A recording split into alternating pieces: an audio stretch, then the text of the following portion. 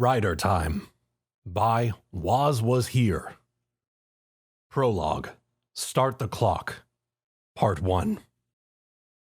No matter what, even if there is no God or devil, no Buddha, and everything looks as bleak as can be, there will always be Kamen Rider. Believe in those brave souls who don this mantle. On the outskirts of Ponyville, blanketed in a sea of apple trees, was Sweet Apple Acres, the family-run apple farm belonging to the fittingly named Apple family. The air around the farm at night was quiet and tranquil. As the Apple family were all sleeping, barely any movement existed outside their house, which made the sudden impact and explosion in the middle of their fields even more jarring. Applejack, who had been sleeping peacefully, rolled out of bed in alarm. "What in tarnation was that?" The recently awakened Applejack cried out. Hastily throwing on her clothes, she rushed downstairs. Grabbing a small lantern, she approached the door, but was approached by her younger sister, Applebloom, who had also been awakened by the intense noise. What's all that noise?" Applejack just gave her little sister a gentle smile. "Don't you worry none. Just go back to bed, okay?" Applejack assured. She marched outside to the fields, Applebloom trying to tag along unnoticed.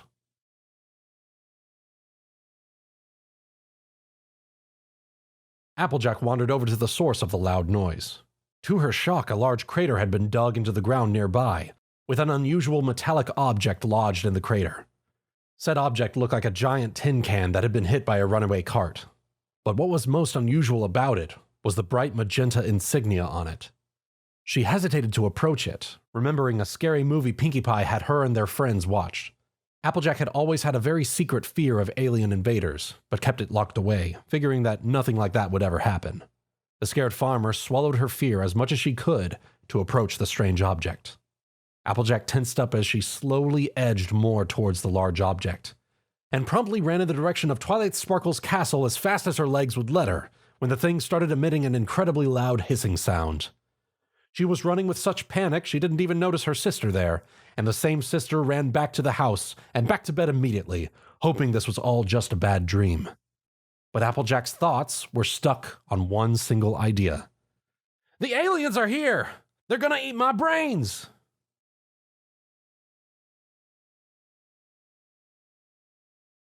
Optimal living environment reached. Releasing stasis. Good morning, Thomas Decade. I really wish I could just have it call me Tom. I hate being called Thomas. The container let off a large burst of cold steam as it opened up. Its contents was a young man with somewhat pale skin and brown hair and brown eyes. He was wearing a cyan t-shirt with a series of Japanese characters in neon pink under a Letterman jacket with a T embroidered onto the front, gray jeans, and a nondescript pair of sneakers. He started to stand up and grabbed two items from within the canister. A strange belt-like device, and a small pocket watch-shaped gadget. Tom was trying to push the lid off the container, but as he did, he felt the container moving. "What?" he asked as he felt the unstable rocking of the container. "Hey, what's going on? Help!" Tom started to panic and began flailing around. "Ugh, it's so heavy," a female's voice said. Too little too late, however. The grip was broken, and Tom fell back on the ground. "Ow, ow, ow, ow!" Ugh, Tom whimpered, rubbing his head. He tried to look around for the source of the voice. "Hey, are you all right?" The girl's voice rang out again. "I'm fine, I think," Tom replied. "So who and what are you exactly?" the girl asked. "What am I? What do you mean? Tom started, but stopped as he got a look at his rescuer and the others with her, and his jaw dropped when he saw exactly who he was talking to. It was a purple horse-esque creature with a noticeable horn on her forehead and wings from her back, wearing a purple sweatshirt with rolled-up sleeves and jeans. "Sweet mother of Gaiam!" Tom yelped out, as he crawled backwards away from the unfamiliar creatures. "Wait!" Twilight yelled after him. "Please, don't be scared!" But for Tom, it was too much. Left became right, up became purple, and his mind simply couldn't handle the stress of his situation. All he could do was babble incoherently as his overloaded brain tried desperately to make sense of what he was seeing. Hubba, hubba, hubba, hubba. He babbled before fainting. Oh, this is bad. Applejack, can you help me get him back to the castle? Twilight asked, but Applejack refused to move, her gaze never leaving the sight of the human. I don't trust it. What if it's just playing possum so he can nab us? Applejack, really? I've seen creatures like him before, remember? He looks a lot like the humans from the Canterlot High world, Twilight Sparkle replied, attempting to assuage her friend's paranoia. I ain't gonna let him cut me open. He came out of the sky in his UFO and he's gonna call us a bunch of varmints and we're all gonna be stuck in tubes of goo, Applejack retorted, having fallen deep into her alien phobia. Oh, come on. That was just from that silly movie of Pinky's, Twilight retorted. Fine then. You deal with them, and then you'll be sorry when you have a big metal stick up where the sun don't. Applejack kept going, but... Consarn it! If y'all don't pipe down, I'm getting me mallet! The voice of Granny Smith bellowed from the farmhouse. The two decided to shelve their quarrel, hoisting the unconscious newcomer into a spare cart and wheeling him off.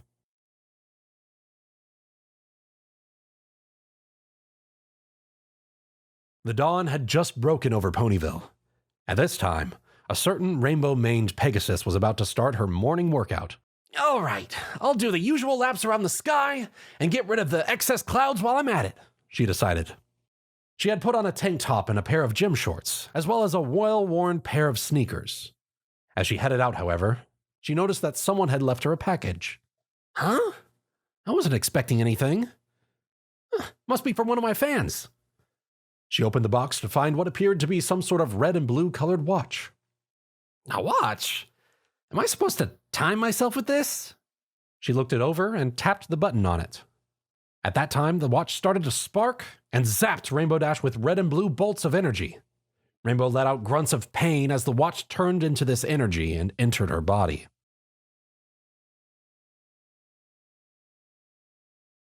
The sun shines through the windows of the Castle of Friendship and shone on the face of the unconscious Tom. His jacket and shoes had been removed and placed nearby him on a chair, and a blanket was placed over him.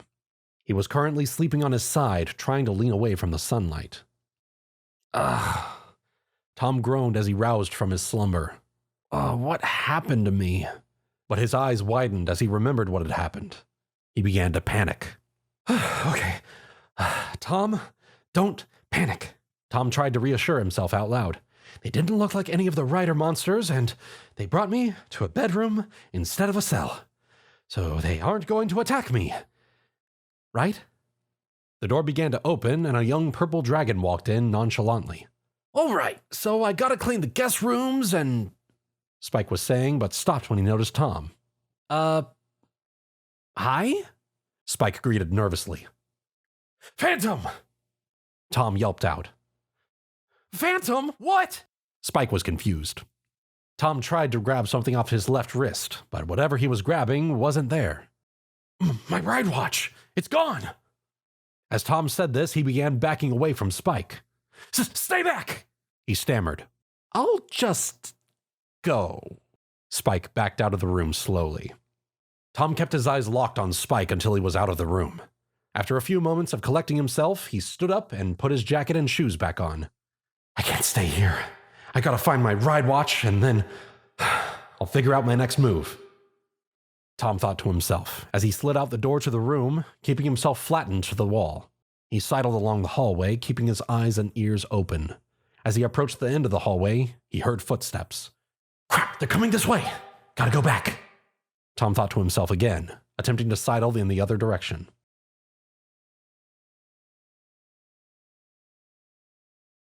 It's the weirdest thing, though, Spike was explaining to Twilight as they were walking to the human's room.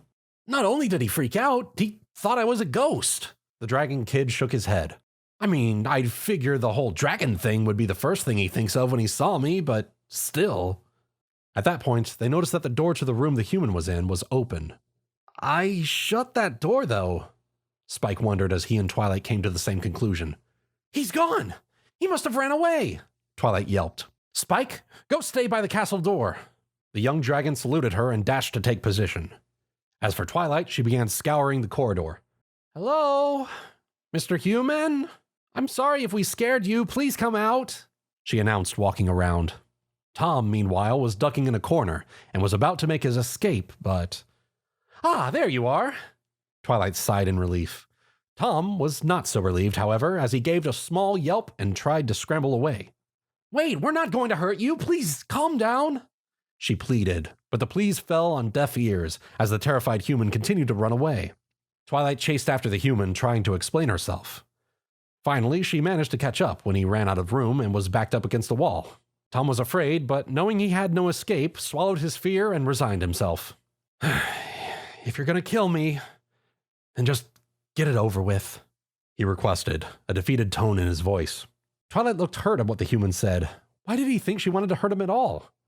I don't know what you mean, but no one here wants to hurt you, okay? She replied as calmly as possible. Tom wasn't sure how to reply. He ended up deciding to at least hear what the creature in front of him had to say. All right, he replied with hesitation. Good. Now then. Twilight held out her hand to the still unnerved human. My name is Twilight Sparkle. What's yours? Tom hesitated for a bit, but took the strange being's hand. Thomas Decade, but I prefer to just be called Tom.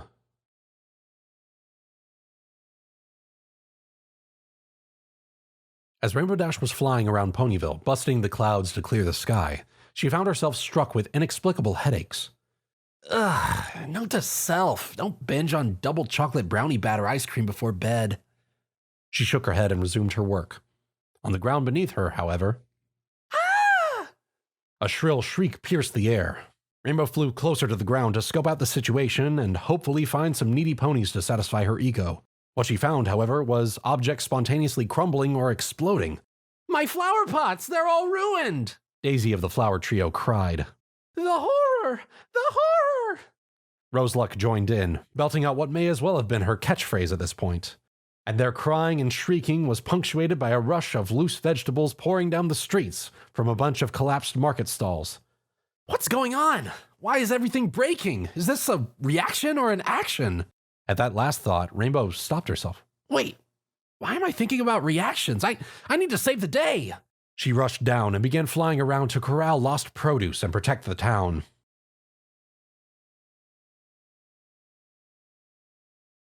Back at the Castle of Friendship, Twilight and Spike had sat Tom down at the round table they often ate at, either by themselves or with their friends.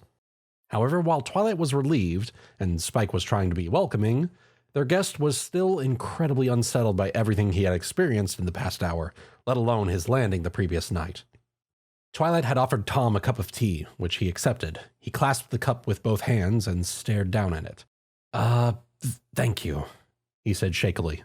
Twilight just smiled, keeping a friendly face on in hopes of reassuring her human guest. Tom took a sip of tea. It was actually really good. This is actually really tasty, Tom commented. Well, I'm glad you like it, Twilight replied. I do have some questions, though. Is that all right? Well, sure, I guess, Tom answered. I have plenty of questions of my own, though, trust me. But then he remembered that he was still lacking one of his most important belongings. Before that, though, where's my RideWatch? He asked. Twilight looked at him, puzzled. Your what? She queried. Realization dawned on Tom then. She didn't know what it was and probably just thought it was some sort of weird watch. That big watch I had on my wrist. I'd like it back, please. Twilight was curious. Is it that important? Tom nodded. Extremely important. Twilight just nodded in reply. Spike, could you go grab the rest of our friends' belongings? She asked her assistant, who gave a salute and went down the hallway. She then turned back to Tom. Now then, as I was saying, you said you go by Tom, right? Twilight asked, with Tom nodding. And you're a human, right? Yeah, I'm a human. Wait, you know about humans? Do they exist here? Tom asked. Well, no, though they have been known to appear here every once in a while, Twilight explained. Usually when they do arrive, they end up as heroes that vanquish some massive threat. Though detailed knowledge about them is scarce, the last one we had here was well over 2,000 years ago. Tom mulled this information over. So, I'm here because there's something this world needs me to do. He sighed in relief, which was the reaction Twilight was least expecting. You seem to be taking this awfully well, Twilight noted.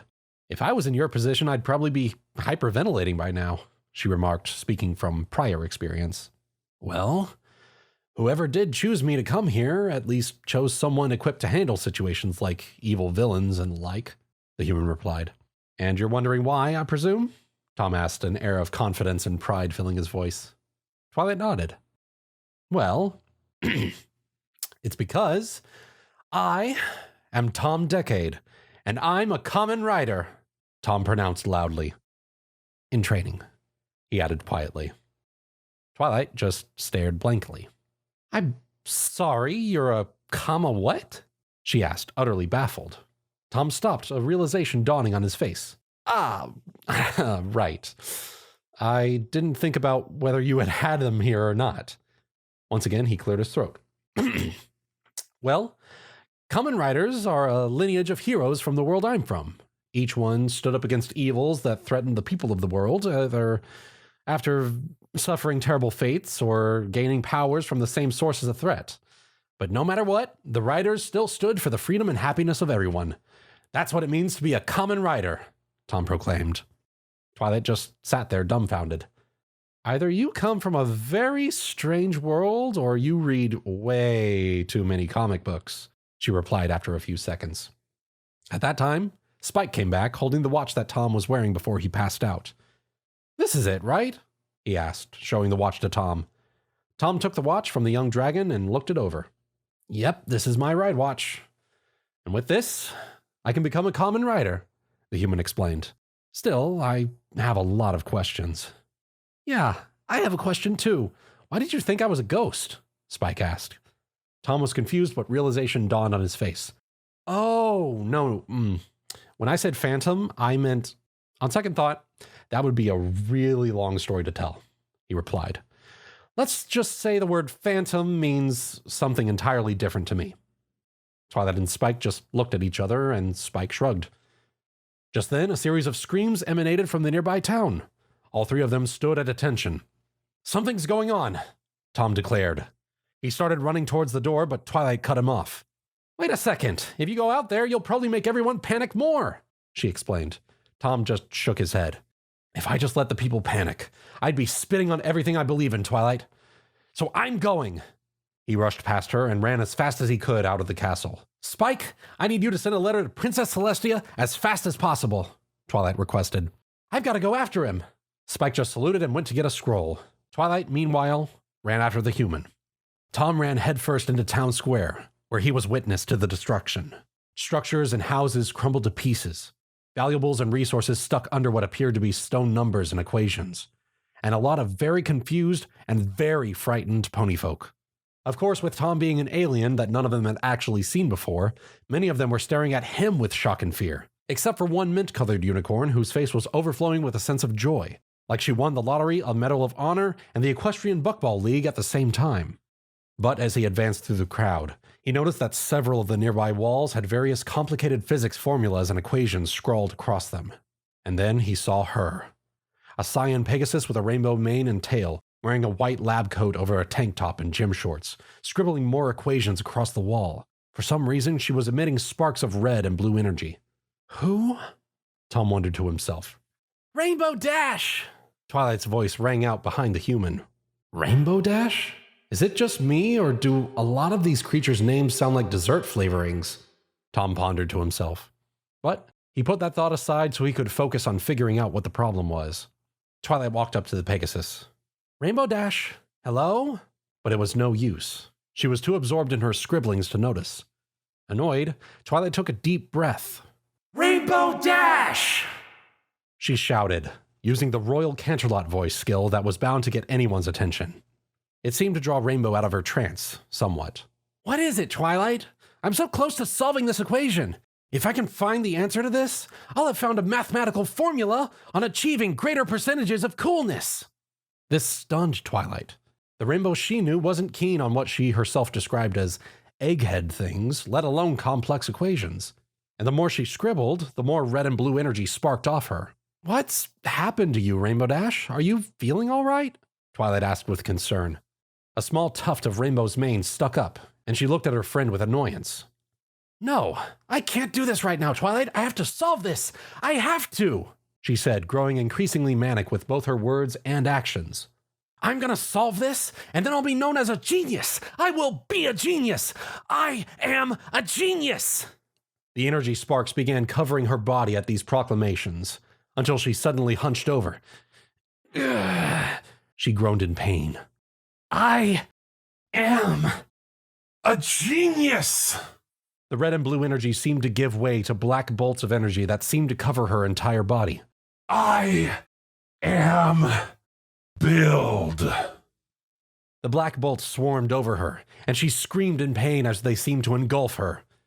Twilight tried to grab her friend with her magic, but the sinister force surrounding Rainbow Dash rejected the magic, the resulting backlash knocking Twilight over. She sat up, clutching her head in pain. The black energy subsided, but the being before them wasn't Rainbow Dash anymore. It appeared to be a strange bipedal monster with intermingling red and blue armor strewn over a black bodysuit. Its face vaguely resembled a skull, with a pronounced jaw full of jagged teeth, and its eyes covered by strange lenses, one red and one blue. Around its waist was a peculiar-looking contraption, appearing to be rusty and warped. Across its chest, the words Build 2017 were engraved on it. Rainbow? Twilight stammered. Me. Build! The monster roared. It raised its arms in a threatening manner, but was then suddenly bound with a lasso. Not on your life, you ugly varmint! The familiar southern sprawl of Applejack rang through the air as she tried to restrain the beast. But it was no use, as the monster easily broke the rope. You, Applejack? The monster said, its voice echoing with a warped distortion. It then raised its arms out to its sides and ran over to the farm pony. Best match. The monster began tightly hugging Applejack as she tried to break free of its grip. Eventually, she shoved it off her. She backed up towards Twilight, shuddering. What in tarnation is that thing? She yelled, but then she noticed Tom. You! What did you do to Rainbow? She pointed accusingly at the human, but Twilight got up. It wasn't him. Rainbow, he ran out here when he heard there was trouble, Twilight explained. Despite me specifically asking him not to, she continued, sounding annoyed. But Tom walked forward, seemingly undaunted. Twilight, Applejack, stand back, he commanded, an air of calm and confidence in his words. He held out his left hand to his side and focused for a few seconds. A strange clock-shaped portal appeared over his hand, and when it disappeared, he was holding a large belt buckle. He slapped the buckle around his waist. Space-time driver! The belt announced in an echoing voice. I'm thinking this is why I'm needed here, Tom explained. So, if I'm here to defeat monsters like this and save the innocent, he produced his RideWatch, then that's what I'll do. As a Kamen Rider! Turning the bezel on the watch, he pressed the button on the top. Zeo! The watch announced. Tom inserted the watch into the right-hand side of his belt buckle, and as he did, a large illusory clock appeared behind him. A strange beat reminiscent of a ticking clock surrounded them. Henshin! Tom yelled out as he spun the belt buckle. The clock image rotated, and it seemed like time itself twisted around the human. A trio of energy rings resembling metal watch straps surrounded him, as he was also engulfed in energy. It formed a suit of armor around him, and a series of neon pink characters also appeared in front of him. The monster, enraged by this, attempted to attack, but the strange neon characters shot out at the beast, keeping it at bay. Rider time! The belt announced again, as the armor seemed to solidify.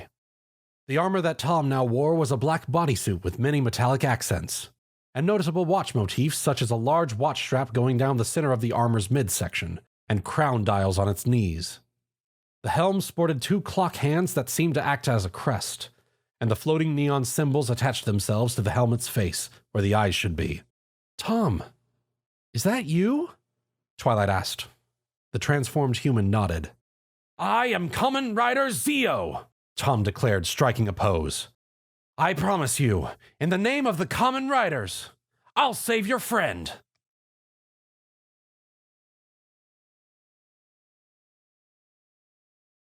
Prologue. Start the Clock. Part 2. Tom, is that you? Twilight asked. The transformed human nodded. I am Kamen Rider Zio, Tom declared, striking a pose.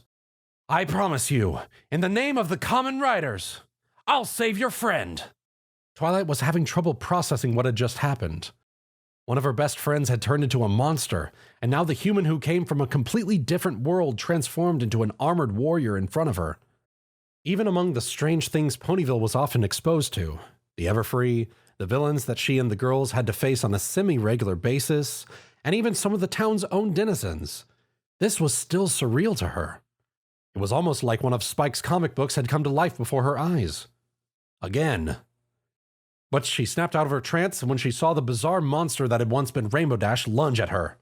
Oh, no, you don't. Tom, or rather Zio, moved in front of Twilight and grabbed the horrible beast by its arms. Twilight tried to gather some magic to hopefully aid Zio in his attempt to restrain the monster, but all she was able to muster was a splitting headache. Ugh, she grunted. She stumbled back a bit, but found herself being supported by Applejack. Easy there, Sugar Cube, Applejack suggested. Tom, is he? Twilight asked weakly. Yeah, he's still fighting. If I give him credit for anything, it's jumping in the way to keep that varmint from mauling you, she replied. But that's it so far, she blurted, in an attempt to correct herself. Meanwhile, Zio shoved the strange monster back into a bunch of barrels. You two need to stand back, Zio commanded to the pair watching this fight. What? No bucking way I'm just gonna abandon my friend, Applejack complained. Zio just groaned. Lady, I know you don't trust me and all, but right now you two are sitting ducks, and I will tell you this right now. Kamen Riders are a lot of things, but Oathbreakers we aren't. I told you I'd save your friend, and I will. Now get going, he replied with frustration and concern. Applejack could feel the sincerity in his voice. She still wasn't sure about him, but right now she had no choice. Y'all better bring Rainbow back. You hear me? Applejack yelled as she retreated, carrying a dizzy Twilight over her shoulders.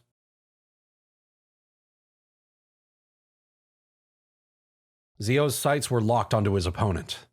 It seemed to be thrashing about wildly, almost as if in a drunken fury. It ran at Zio, flailing its arms wildly, but he easily sidestepped the attack, sending the monster careening into a nearby container full of cabbages that temporarily buried the beast. The monster managed to re-emerge after its produce-covered pratfall and charged again at Zio. Once again, Zio moved to dodge until the beast leapt over him and tackled him from behind. Oof! Zio grunted, as it was now his turn to be thrown into a storage container. He stumbled a bit as he got to his feet, a pair of pears stuck to his helmet's antenna. The monster continued to hop around like a hyperactive child on a trampoline, smashing into many of the houses nearby. Zio removed the fruit from his helmet and chased after the monster, which was currently approaching the tall central building. It leapt onto the awnings and started surveying the area, noticing some of the ponies in hiding. It held its hands out, and a pair of small bottle-like objects appeared.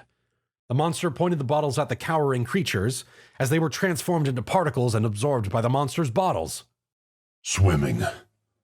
Archery. Best match, it proclaimed in its distorted voice, eating the bottles. It then leapt into the fountain. As Zio ran to the fountain himself, there seemed to be no trace of the beast, until he heard someone call out, Mr. Human! Behind you! Zio turned to see that the monster had somehow moved itself from the fountain to the nearby creek and was about to fire a volley of energy arrows. The arrows began flying at high speed towards the rider. Zio managed to barely dodge them, rolling out of the way as the arrows hit the fountain, demolishing it in the process. I can't keep this up. Otherwise the entire town will be leveled. Come on, Tom, think! Zio thought to himself. Then he got an idea.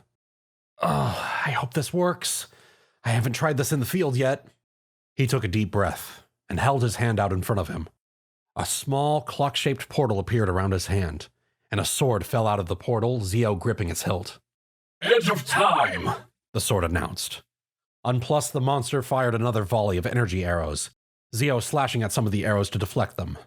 To his bewilderment, an energy wave came off the sword when he slashed it, canceling out the arrows and colliding with the monster, flinging it from the creek onto one of the small bridges that spanned it.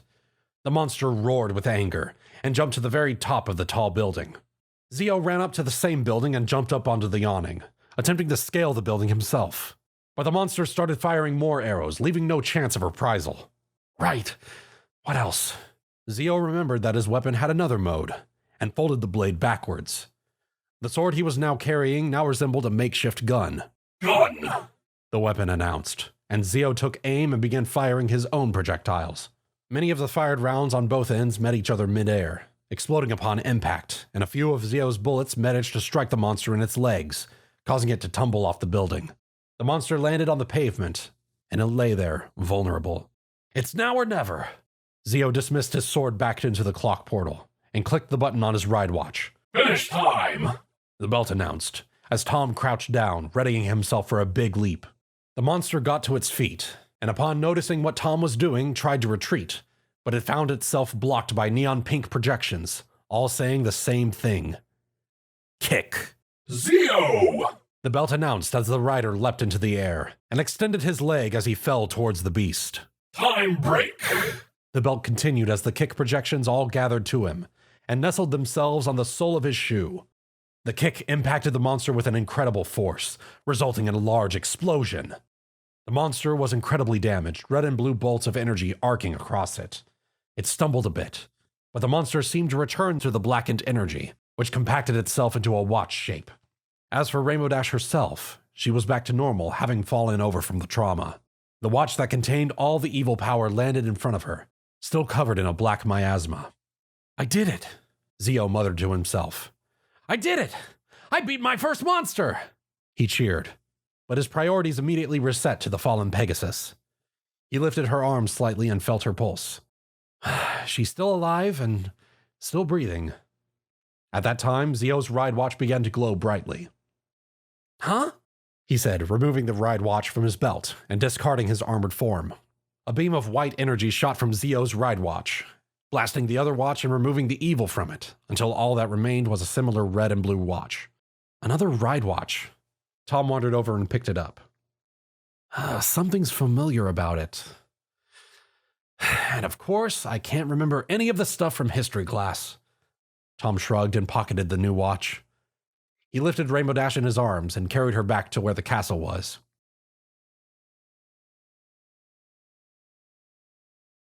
Unbeknownst to anyone else there, the fight was being observed by another armored figure. This being's body was more serpentine in appearance compared to Tom's, but it was also wearing indigo-colored armor, very clearly patterned after a cobra. In one of its hands, it held a cane shaped like a cobra, which was pointed at the fight scene. Well, that's the first one. Didn't have much hope for her, I'll be honest, the mystery figure said to himself. But the boss wants what the boss wants. I'd better go tell him.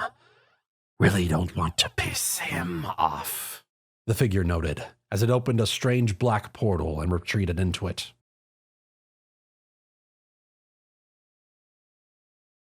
Applejack paced back and forth into Castle's meeting room, Twilight sitting in a nearby chair holding a large ice pack to her head. Spike had been making them some tea, which he served. Don't worry, Applejack. I think Tom can do this, Spike said, attempting to reassure the frantic farm pony. Applejack just grunted in reply. I'm sure... Tom will be back soon, Twilight groaned out. And as if on cue, the human walked in, carrying an unconscious Rainbow Dash. One rescued friend, hold the monster, Tom announced with slight humor to his words.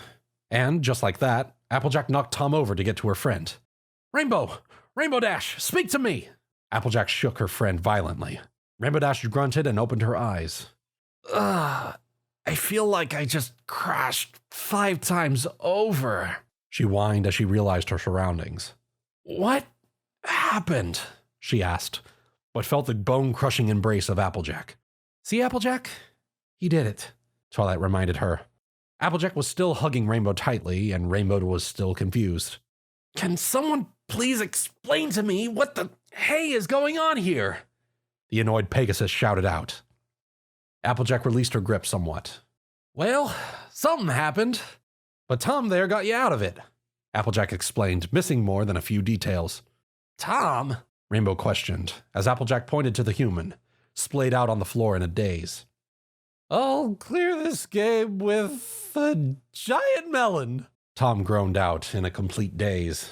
All right, hero boy, up and at 'em. Applejack got Tom to his feet. Tom just shook his head, but he also turned to Applejack and grinned. Well, I kept my promise. Applejack just nodded. That you did, and I guess you're not bad after all. But you are pretty darn weird. Tom just shrugged. Oh, I'll take it.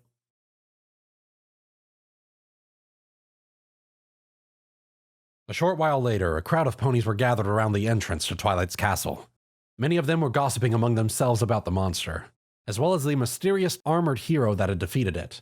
I heard that he blew up the monster with a kick. What makes you think it's a he? Because not a lot of stallions can pull off pink like that. Actually, it was more of a magenta color. Twilight marched outside and addressed the growing audience. May I have everyone's attention? As you are all aware, Ponyville was attacked by a mysterious monster today, she started.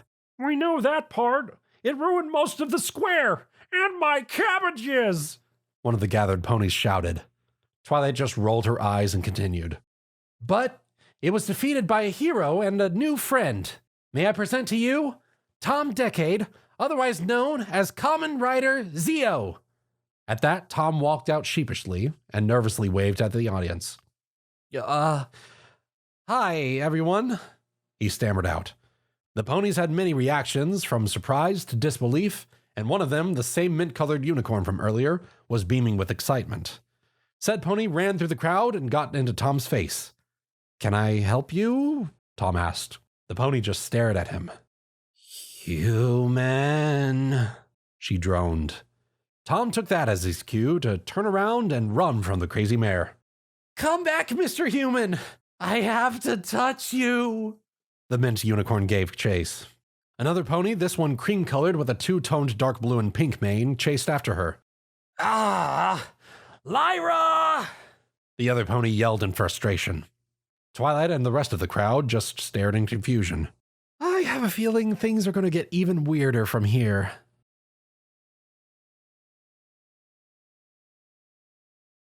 A short while later, as the town was getting back to normal and repairs were being made, an alabaster unicorn mare with an indigo mane and simple yet elegant clothing made her way back to her home, a building shaped like a carousel. She was carrying more than a few shopping bags. Home sweet home. Canterlot may be lovely, but Ponyville is my home, she said, unlocking her door. As she walked in, she set her bags down. She then began levitating the contents of her shopping out of the bags, neatly arranging them on racks and in drawers, but then she felt something that her magic seemed unable to grasp. She walked over to the offending bag and noticed that there was a strange green and yellow watch sitting at the bottom.